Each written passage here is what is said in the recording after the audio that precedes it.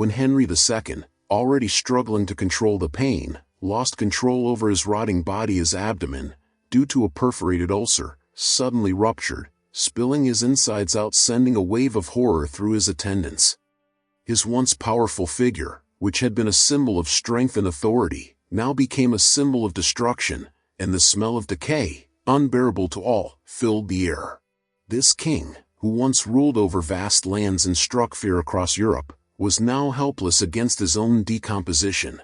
This is no fiction, but a hidden truth, for the chronicles disguised his death with soft words about illness, while his body literally rotted from within. Now, you will hear how an ulcer and the disintegration of his body destroyed both his power and his life. 35 years of relentless rule had made Henry II one of the most powerful monarchs in Europe. This was a king who could ride for days without rest, who personally oversaw military campaigns across vast distances, who involved himself in every detail of governance from judicial reform to diplomatic negotiations. Marriage to Eleanor of Aquitaine had brought him her enormous territories in France, making him more powerful on the continent than the French king himself. The empire stretched from Scotland to the Pyrenees. 4 sons should have been his legacy and strength. At 56 in 1189, the king was still vigorous and active, still managing the complex web of alliances and conflicts that defined medieval politics. But that year, something started happening inside his body that would destroy everything he'd built, and it began with pain in his stomach that seemed like nothing serious. Winter of 1188 brought the first symptom. A rebellion was brewing, as rebellions always seemed to in those days. Richard and John, the king's own sons, had allied with Philip Augustus of France against their father. The betrayal cut deeper than any wound. During a council meeting, a sharp burning sensation in his gut made the king catch his breath and grip the table. Indigestion, surely, from stress and irregular meals during campaigns. The pain faded after a few minutes. Business continued as though nothing had happened. But over the following weeks, that burning returned more frequently, always in the same spot, always feeling like hot coals pressed against the inside of his stomach. Private examinations revealed an abdomen that was tender and swollen. Pressing against the stomach made the king flinch from pain that spread outward from one specific point. The doctors concluded their patient probably had an ulcer, a corruption of tissue causing internal bleeding and inflammation. Remedies based on medical theory of the time followed. Diet adjustments, bleeding to balance humors, potions made from herbs and minerals. Nothing worked. What nobody in the 12th century understood was that a gastric ulcer was slowly eating through the stomach lining. Constant stress of warfare and betrayal, combined with irregular eating and heavy drinking, had created conditions where stomach acid began digesting its own tissue. By spring of 1189, the condition had worsened dramatically. Intense nausea after meals became the norm. Appetite vanished. Weight started dropping despite forcing down food. The face, always ruddy and full of vigor, began to look hollow. Legendary energy faded, replaced by constant exhaustion that made even routine tasks feel impossible. But slowing down or showing weakness wasn't an option. The sons were trying to destroy everything their father had built. Philip Augustus was seizing English territories.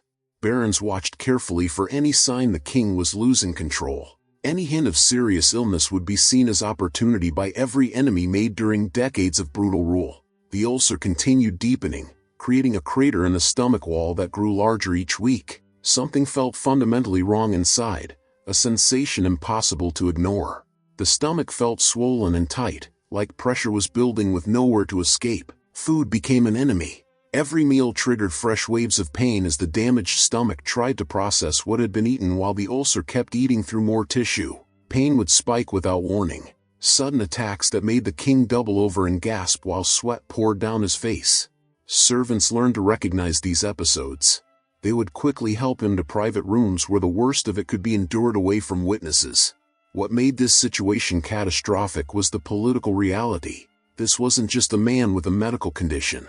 This was a king whose power depended on appearing strong. The medieval world had no patience for weak rulers. Vulnerability would be exploited immediately. The sons would press harder. Philip Augustus would seize more territory. Barons might switch sides. The entire structure built over decades could collapse if people believed their king was dying. So the decision was made to hide the condition and continue all royal duties as though nothing was wrong, even as the body began destroying itself from within. Early summer of 1189 brought complete perforation of the ulcer. A hole had formed in the stomach lining. Stomach acid and partially digested food began leaking into the abdominal cavity. In the 12th century, this was a death sentence. The leak meant everything swallowed was poisoning from within, seeping where it didn't belong and causing infection the body couldn't fight. The first sign was a smell that servants noticed during morning dressing, faint at first, but growing stronger daily. A sickly sweet odor from the midsection that perfumes couldn't mask. This wasn't normal sweat or unwashed flesh. This was the unmistakable scent of internal decay, of tissue dying and rotting inside a living body. Visible swelling began in the abdomen. Fluid and infection accumulated inside. The belly, always reasonably flat despite age, started distending outward. Clothing bunched and pulled uncomfortably. When physicians pressed the swollen area, cries of pain radiated through the entire torso. They could feel abnormal masses beneath the skin, evidence of severe damage they had no way to treat.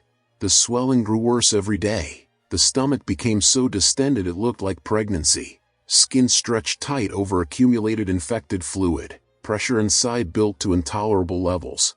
The doctors understood something was going to rupture eventually. The political situation collapsed as rapidly as the health. Richard had won a series of military victories. English-held castles in France fell one after another, forcing the king into increasingly desperate positions. Worse still, word arrived that John, the favorite son, had also joined the rebellion. This betrayal hit harder than any physical pain. An entire life's work building an empire for sons who were now repaying their father by trying to destroy him. The emotional anguish made physical suffering worse. Stress intensified the condition, which made dealing with the political crisis even harder. A vicious cycle with no escape. Retreat to Chinon Castle in France offered one of the last strongholds where rest might be possible. But rest was impossible. The infection spreading through the abdomen had reached critical stage. The body began failing in ways visible to everyone. Swelling became grotesque. The belly distended so severely the skin looked translucent. Dark bruises appeared around the swollen area, spreading in ugly purple-black patterns. Massive internal bleeding was occurring. The smell intensified until servants had to burn strong incense constantly in any room the king occupied. Even that couldn't completely mask the stench of decay. Bowel function stopped working normally. The infection had damaged intestines too severely for them to process waste. Violent diarrhea began. Sudden uncontrollable evacuations that left nothing but humiliation and weakness.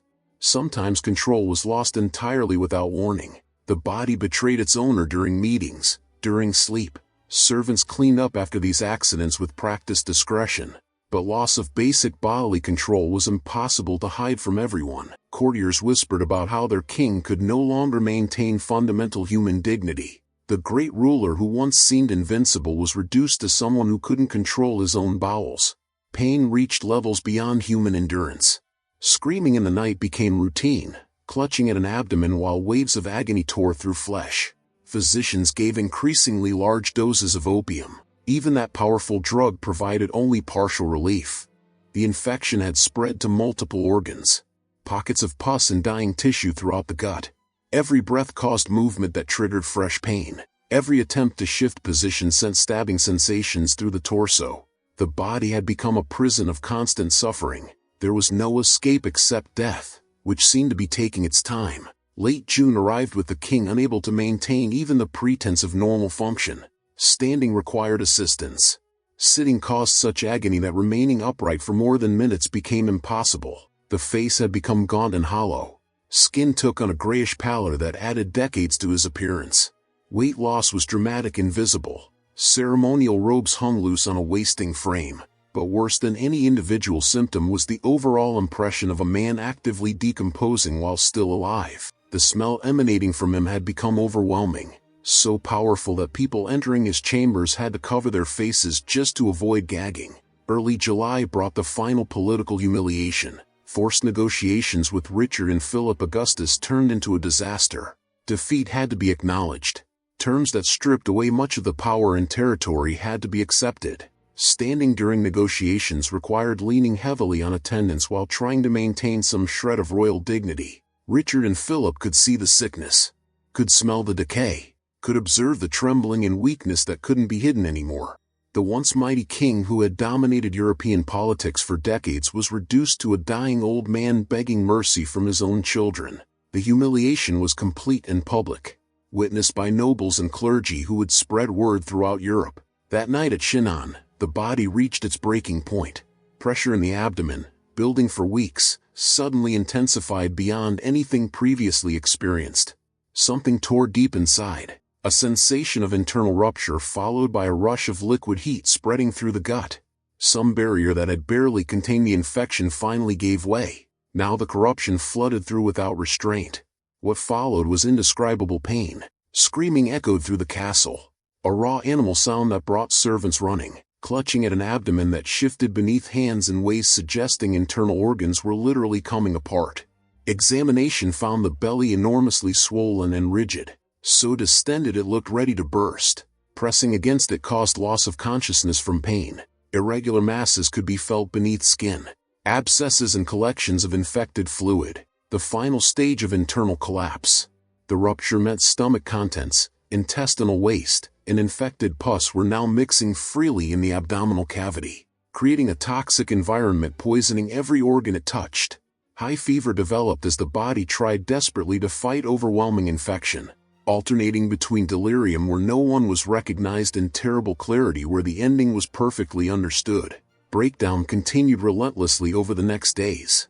Skin began breaking down where internal infection was worst. Small sores appeared on the abdomen, weeping fluid that stained clothing and bedding. These weren't normal wounds that might heal. These were places where corruption inside was forcing its way to the surface, where pus and infected fluid found paths through tissue too damaged to contain them. The body was literally coming apart, unable to maintain basic integrity, separating inside from outside. Servants tried treating these wounds with bandages and ointments. Nothing stopped them from spreading. Fresh ones appeared daily. Breathing became labored and irregular. The infection spread upward into the chest cavity. Each breath seemed to require enormous effort, lungs struggling against fluid accumulating and compressing them. Lips and fingernails took on a bluish tint from lack of oxygen. Extremities felt cold even though the core burned with fever. Kidneys were failing, unable to filter toxins flooding the bloodstream.